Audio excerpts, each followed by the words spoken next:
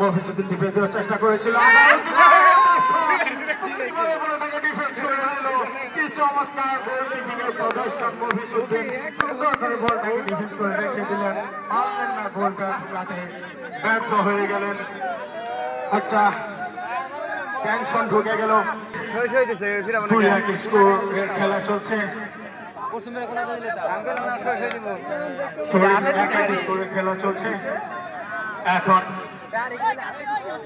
Tiebreaker মারার জন্য যাচ্ছে মিস্টার মকিবুল। অপরদিকে গোলরক্ষক হিসাবে আছে মিস্টার বাবু। মকিবুল নিজের পজিশন নিচে এগিয়ে যাচ্ছেন মারার জন্য, আর বাবু সুন্দর করে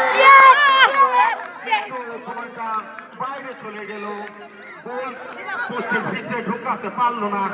মকিবুল লক্ষ্য ভ্রষ্ট হয়ে গেল, বাইরে দিয়ে বলটা চলে গেল আর ব্যর্থ হয়ে গেলেন। গোলকিপারের এতটা কষ্ট করতে হয়নি। সমান সমান ভাবে এগিয়ে যাচ্ছে 1-1 স্কোর নিয়ে। এখন যাচ্ছেন লম্বা কদের খেলোয়াড় মিস্টার সুরজিৎ আব্দি। সম্মুখে দাঁড়িয়ে আছে ওয়ালের মতো মিস্টার মফিজুদ্দিন। দু পাখা ছড়িয়ে বলটাকে প্রতিহত করার জন্য সুরজিৎ আব্দি বলটা মারছে সুন্দর ভাবে, কর্নার দিয়ে সাইড দিয়ে চলে গেল নেট ফাটিয়ে। আরেকটি গোল হিসেবে গোলের ভিতরে সুরজিৎ আব্দি সুন্দর একটা গোলের